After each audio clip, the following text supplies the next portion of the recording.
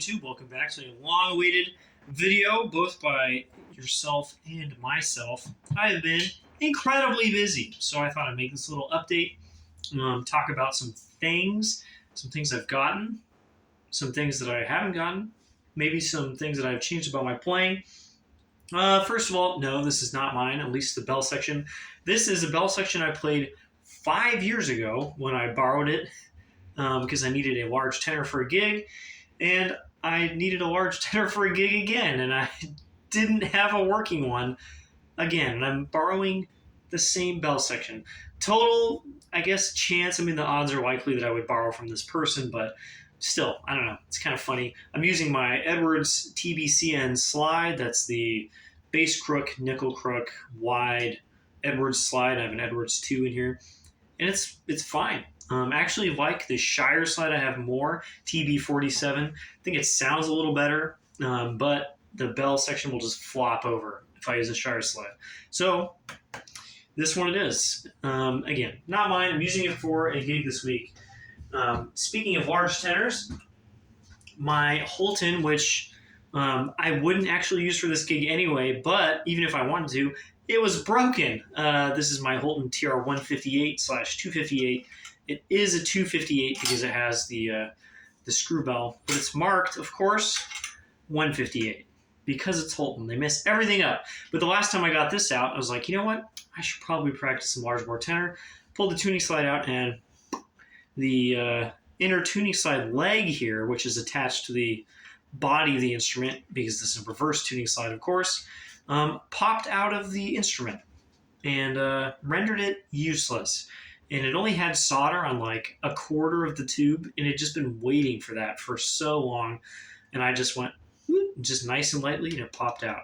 Just got this fixed, very glad about it. So now I have an actual large bore tenor of my own, and I'm not using it because for the thing I'm playing, this is not the right instrument.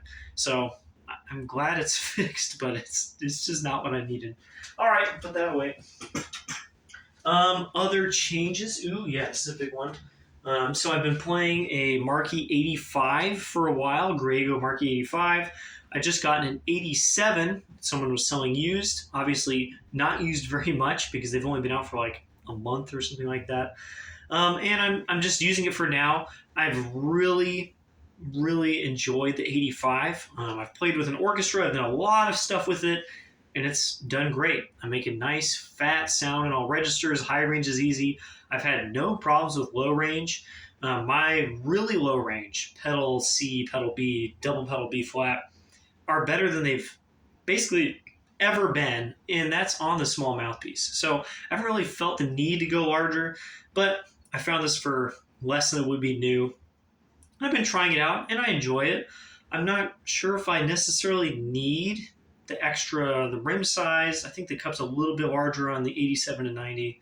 So I'm going to use it for a while and see if I like it. It works pretty well on my horn. I did use it at work on the Yamaha 830.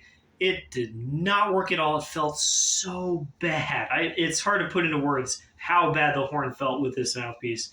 It works okay with my 85. So I'm not sure if I'm going to keep both, keep one or the other.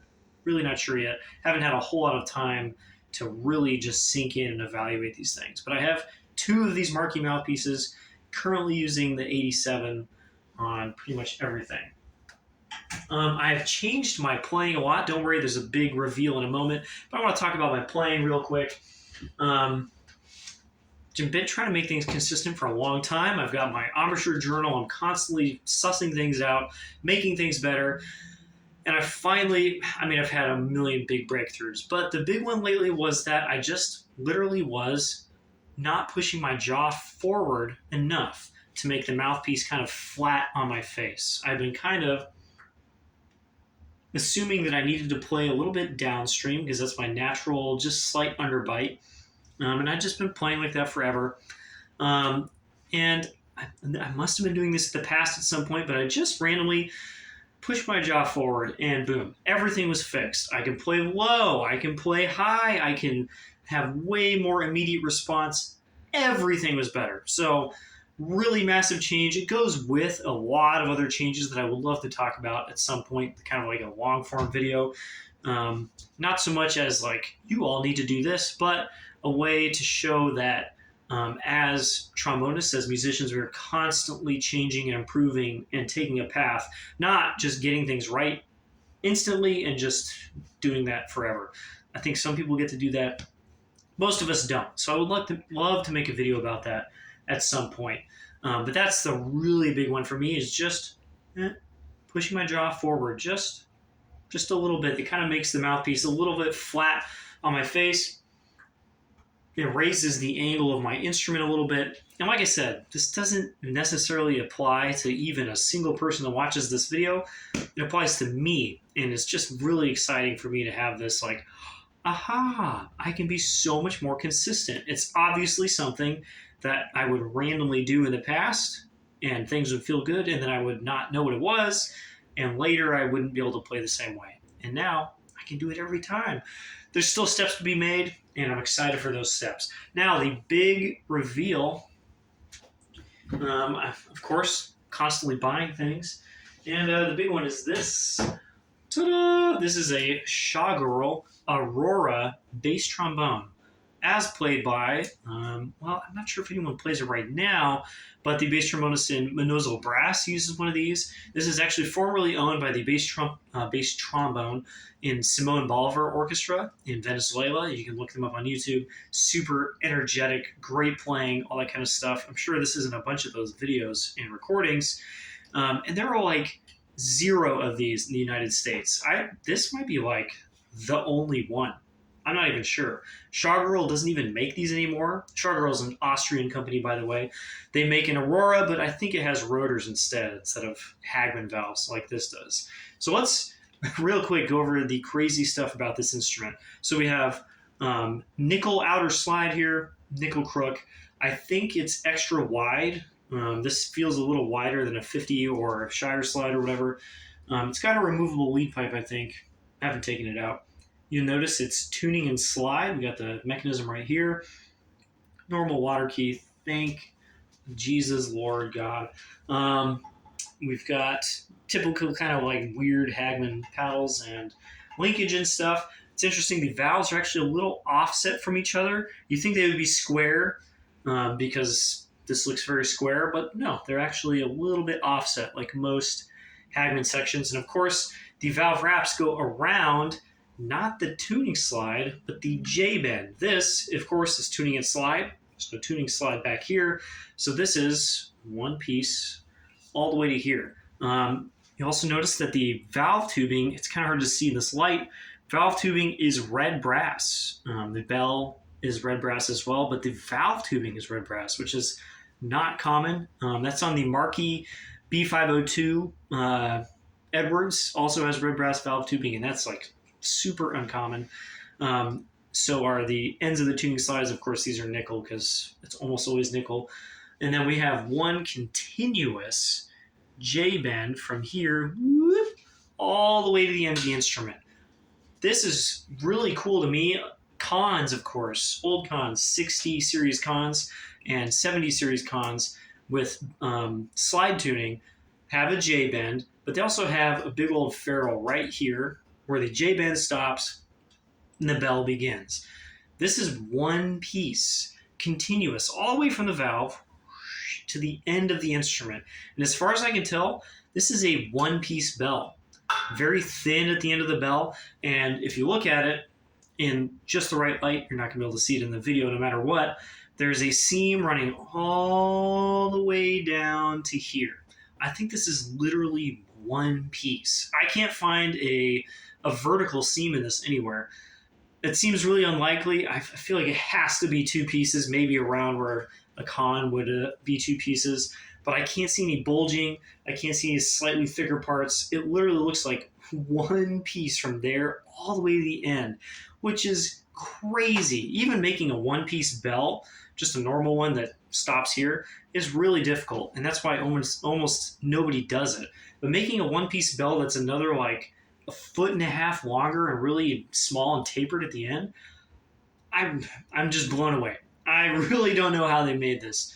Also, this size right here, the size of the You can call it a gooseneck, I guess. It doesn't really have a name. The J bend right here is really big. A con is way smaller here. Even the 60 series large bass trombones are way smaller right here. But the bell taper, when you get to this area, it's kind of normal. It doesn't look super massive. I think I haven't tried at all because I've literally had this for like 4 hours now. I think mutes fit normally, all that kind of stuff. Real quick, I guess we can do this on camera. I think it's a 10.5-inch bell. Let's look.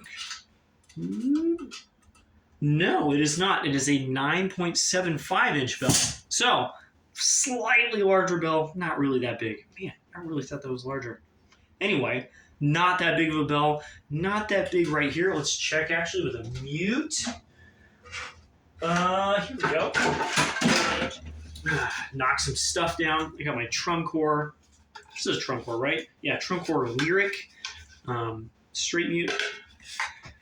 And it fits just like it does in all my other horns. So, very strange construction. I mean, parts of it are not strange. Nickel slide red bell is a very common thing. But not typically nickel tuning in slide, super wide, proprietary crook. Hagman's one giant piece bell.